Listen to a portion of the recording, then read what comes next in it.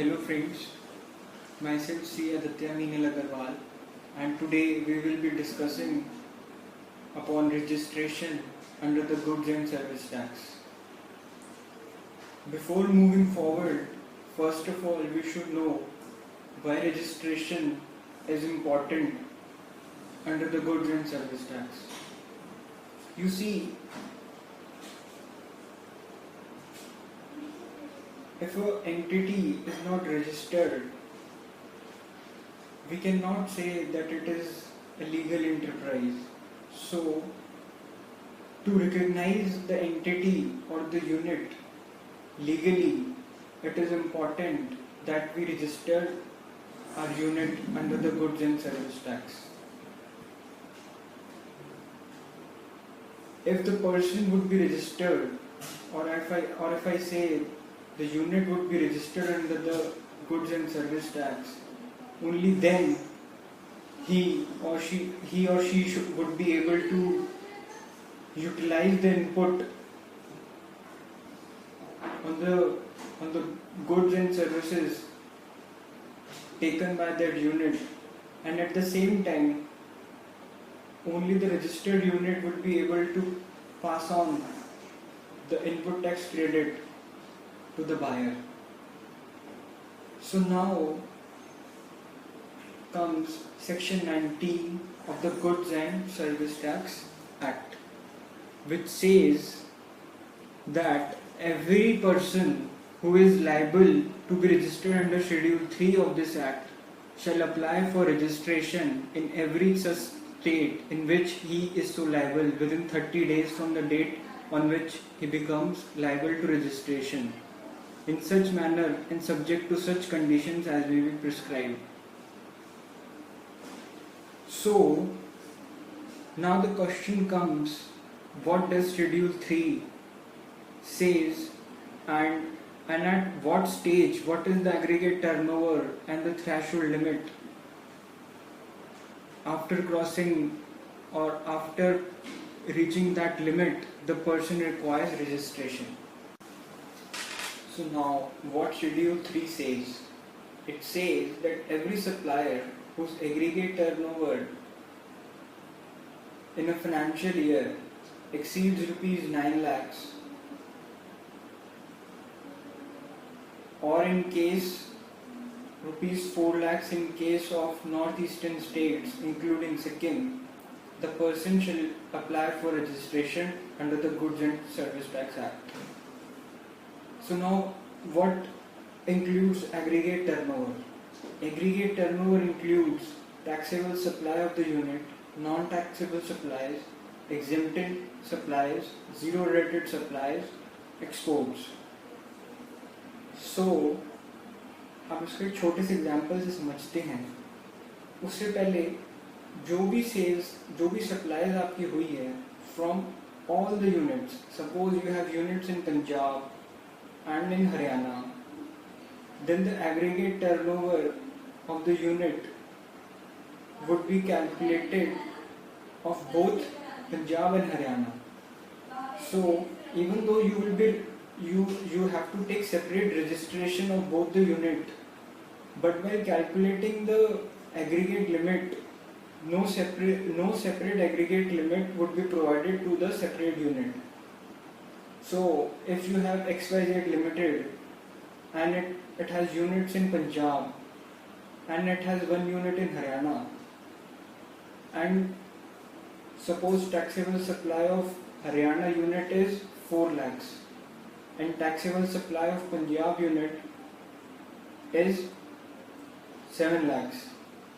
So even though every unit, if you see Punjab's unit, the turnover is less than 10 lakhs, and in Haryana also the unit, the supply is less than 10 lakhs. But in totality, if you see the entity, it exceeds 10 lakhs. It exceeds 9 lakhs. So therefore, every unit shall be liable for registration under GST Act. Now comes when the person should be liable to give an application to the GST authorities for registration, that is within 30 days of crossing 9 lakhs and 4 lakhs respectively. Now it also states, in case where the unit shall be required to take registration irrespective of the unit, irrespective of the turnover. Now I will be reading the same. Person making interstate taxable supply. Suppose you are a unit in Punjab and you are selling the goods. You are supplying your goods to a person in Haryana and you are a new unit. Even then, if you are selling rupees 10,000 to Haryana dealer, then in that case also you have to apply for registration under GST. In the same case, if you are not selling to Haryana and you are selling in your state only, that is Punjab, that is intrastate supply, and you are selling rupees 10,000, in that case you will not be required to take registration under GST. But in case of interstate supply, you have to take registration under GST. Now, there are certain services under the present system that are charged on reverse charge basis, taxable under reverse charge basis. The same concept is under the GST for both goods and supply. The supplies which would be under reverse charge basis would be notified by the GST Council. So, if you are in Punjab and you are taking certain service, or you can say certain supply which is notified as taxable under reverse charge basis, and you are taking that supply from Punjab or from Haryana, and you are the recipient and you have to pay tax GST on reverse charge basis, then you have to mandatorily apply for registration under the GST. Now, a non-resident taxable person shall apply for GST registration mandatorily. Now, under GST, there are certain persons who are required to deduct TDS at the time of credit of payment to the suppliers. That in case of aggregators like Flipkart, Ola, etc. In that case, the aggregator has to deduct TDS on payment to the supplier or the seller of the goods on Flipkart. So in that case, the aggregator Flipkart has to take mandatorily registration under the GST. Now, input service distributor has to take registration under GST irrespective of the threshold limit, because ISD is responsible for distributing credit to its units under the GST, or you can say distributing credit to its respective units. Now comes any other person or class of person which may be notified by the government. So in that case, the person have to take mandatory registration under GST. Now comes the case of certain points under which GST registration would not be mandatory. Suppose if a person has a turnover of 20 lakhs, but that 20 lakhs is exempt, that is, it is not liable to tax under the GST Act, even though it has exceeded the 10 lakhs limit, but it is a non-taxable supply. In that case, he would not be liable to take registration under the GST. However, if that person is making certain supply which is taxable, in that case he would be liable to registration. Suppose, let us explain this concept with an example. Suppose I am X Limited and I am providing certain supplies which is totally exempt from tax to the tune of rupees 15 lakhs. I am not liable to take registration under GST. But suppose I am providing non-taxable supply of rupees 15 lakhs and rupees 1 taxable supply of any other thing, then in that case I have to take registration under GST. So the provisions say a supplier shall not be liable for registration if its aggregate turnover consists of only such goods and services which are not liable to tax under this Act. Now, every supplier shall be required to be registered in the state in which he makes taxable supply of goods and services. So, it says that if I am in Punjab and I am selling products in Punjab, Haryana, Himachal Pradesh or Jammu, then I would be liable to take registration in Punjab state. That is the state from which I am making my supplies. Now comes, we have already discussed that point, I am just repeating the same, that if I am making any supply, taxable supply, interstate taxable supply, that is in more than one state. I am in Punjab, I am making interstate supply to Haryana, Rajasthan, Madhya Pradesh, then I am liable for registration. Even though, let us explain this with an example. If I am in Punjab and my value of taxable supply is rupees 4 lakhs and I am making supply in Rajasthan, then in that case I have to mandatorily take registration under GST because I am making an interstate supply. However, if this supply would have been in Punjab only of 4 lakhs rupees, then I would not be able to take, I was not liable to take registration under GST because it is within the threshold limit and it is an intrastate supply. So moving forward is the multiple registration within the same state. Suppose if you have various segments, like if suppose a XYZ company has various segments as per A17, that is, it is dealing in telecom, petroleum, transportation, and has different business verticals, then that company having different segments can apply for registration under GST for their respective units. So this was all about multiple registration within the same state.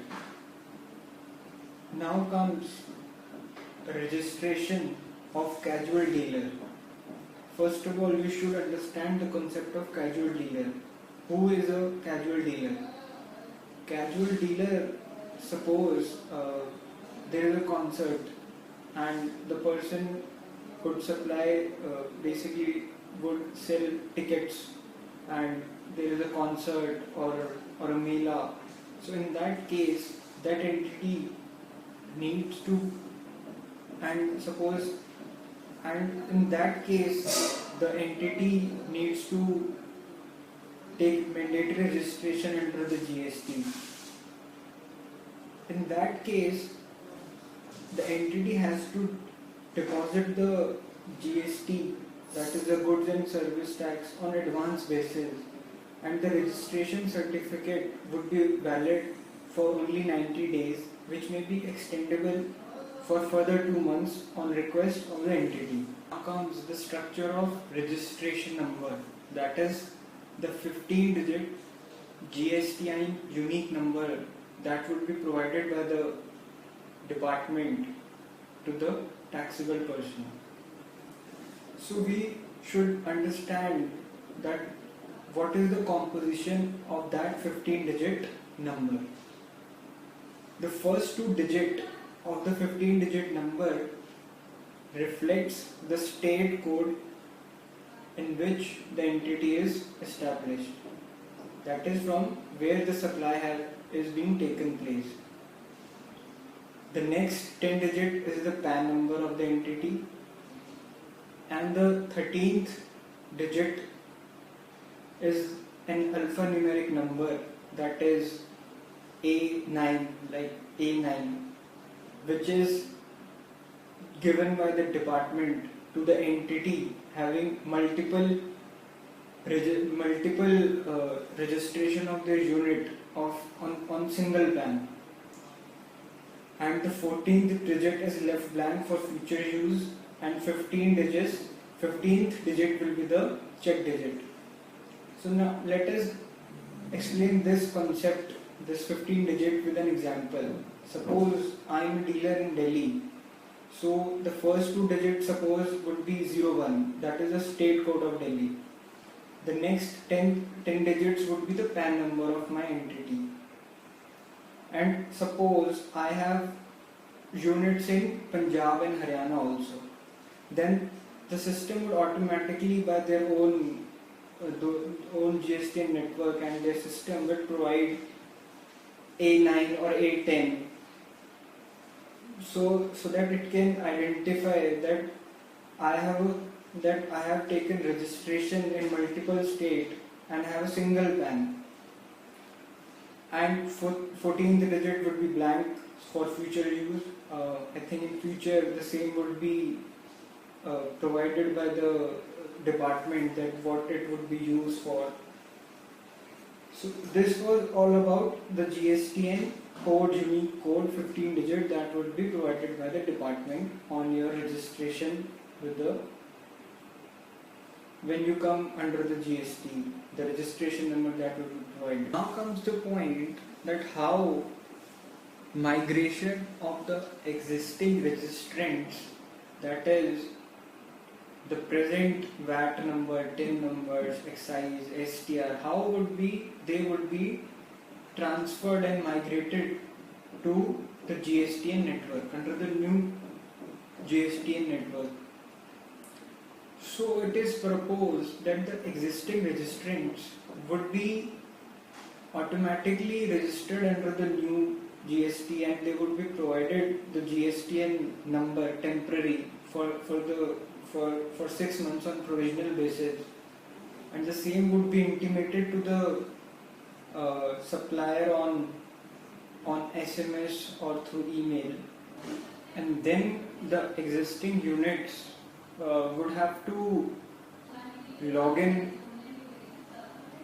their ID and password that are being provided by the department to the registrants on their mail or through their SMS, and then they have to fill up that form, all the details, and then they would be given the GSTN ID on provisional basis, and after submitting the required documents, they would be that number would be final, and final registration certificate would be provided. And this registration certificate would be for SGST, that is Central Goods and Service Tax, for SGST, State Goods Service Tax, and IGST, Integrated Goods Service Tax. So now comes the last point, that is the registration procedure for the new registrants. Everything is online, and there is a GST portal.